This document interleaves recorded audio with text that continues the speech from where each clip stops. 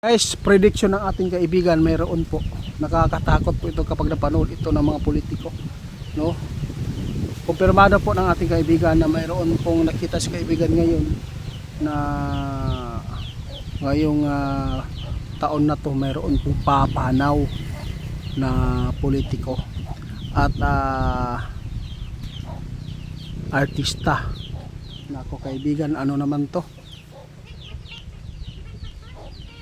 Bakit po ninyo ito napaabot kaibigan? Hindi naman po natin kailangan na ipa-prove na kayo po ay totoo at na nakakita. Guys, at tandaan lang po ninyo nag-prediction si kaibigan ngayon, no? Nagbigay siya ng vision na nakita nila ba na mayroon daw mawawala sa mundo ito.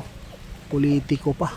At saka at isang artista na nakita ng ating kaibigan. Nako, malala po ito.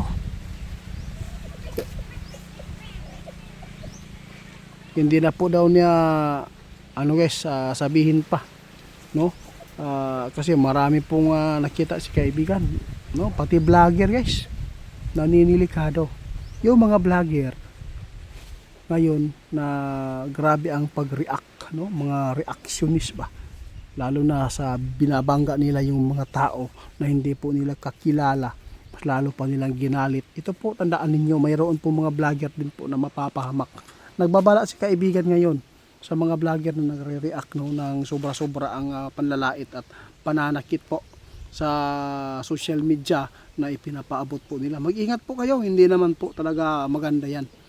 Kasi nakita ng ating kaibigan, grabe.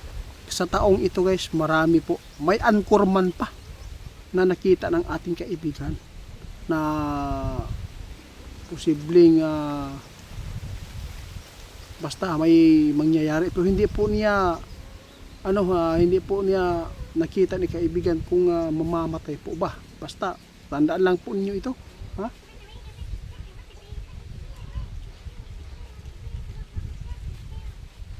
Nais lang po ni kaibigan guys na ipamukha at kung sa lahat ng maniwala sa kanyang pinapaabot, kaya nais na niyang ibinabahagi ito para po ng mga tao maniniwala kung mangyayari ito.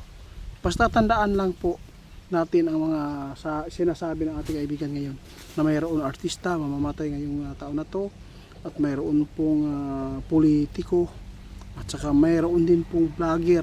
Yung mga vlogger nagre-reaction na hindi maganda. At saka may anchorman pa dito na nakita ng mga kaibigan natin na may mangyayaring hindi maganda sa kanya. Kaya hinahinay lang po kayo mga vlogger yung mga nagre-reaction.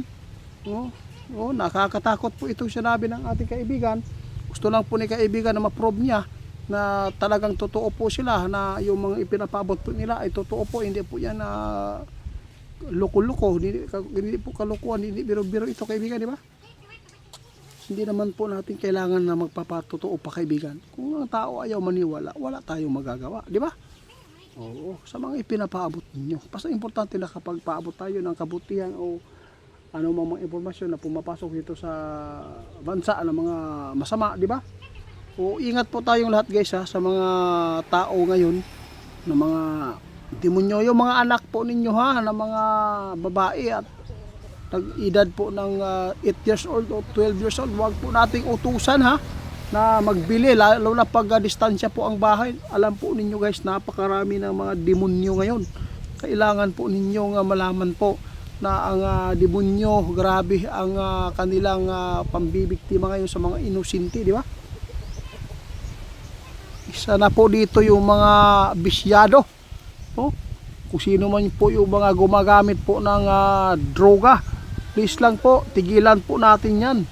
Huwag po tayong magpadala sa tanim ng diablo, kasi kapag gumagamit po kadalasan ang mga tao, talagang hindi maganda talaga ang kanilang pag-iisip. Iwasan po natin na makapambiktima tayo sa mga inosenting mga tao. Kawawa po, hindi po ba kayo maaawa? Kung kayo po ang dyan, no? Yung mga kamag-anak, yung anak ba ninyo, di ba?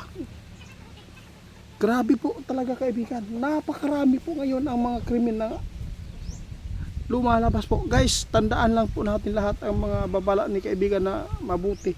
Ngayon, si kaibigan nagpaabot sa inyo. Gusto lang po daw niya na na maniwala kayo sa mga binabanggit po niya ng mga pangyayari dito. Kaya ito po si nagpatotoo po siya na mayroon daw talagang papanaw po ngayong taon na to na politiko at vlogger at artista. Yung mga vlogger guys, at saka anchorman pa.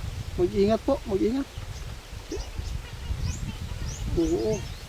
Kaya ginawa ni kaibigan ito mapaabot. Kung sino man po ang makashare nito, lalo na may magkamag-anak kayong anchorman, may vlogger kayong mga kamag-anak na nagre-reaction, bawas-basaw, karami itong pagsabihan, bawasan natin po ang pagre-react na sobra-sobra na panglalait at pang-personal po sa hindi na po maibabalik ang buhay kapag tuluyan ng tinudas ng isang tao na sobrang galit na.